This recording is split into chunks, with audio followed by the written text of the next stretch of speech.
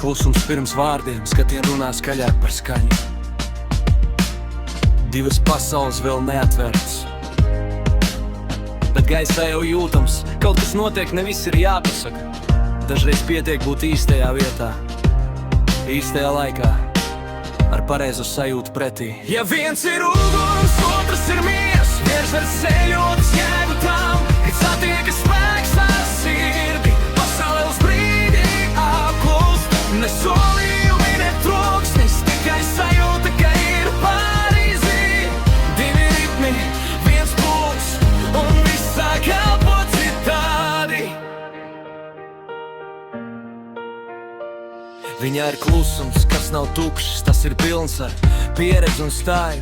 Skatiens, kas redz cauri liekiem vārdiem, balss, kas nomierina hausu. Viņa zina, ko nozīmē noturēt līniju, kad citi sen būtu pagriezušies prom, saknes dziļi zemē. Mugurkauls taisns arī vējā, nav jākliedz, lai būtu spēcīga. Viņas spēks dzīvo mierā, un kad viņa smaida, pasaule kļūst mazliet lēnāka. Ja viens ir uguns, otrs ir viens, prieks ar ceļot jēgu tam, kad satiekas spēks ar sirdi. Pasaulē uz brīdi apklust, ne solījumi, ne troksnis, tikai sajūta, ka ir Parīzī. Divi ritmi, viens pulss, un viss sāk elpot citādi. Un viss sāk elpot citādi. Viņš nāk no ceļa, kur krīt un ceļas, ne no pasakām, bet no īstas dzīves.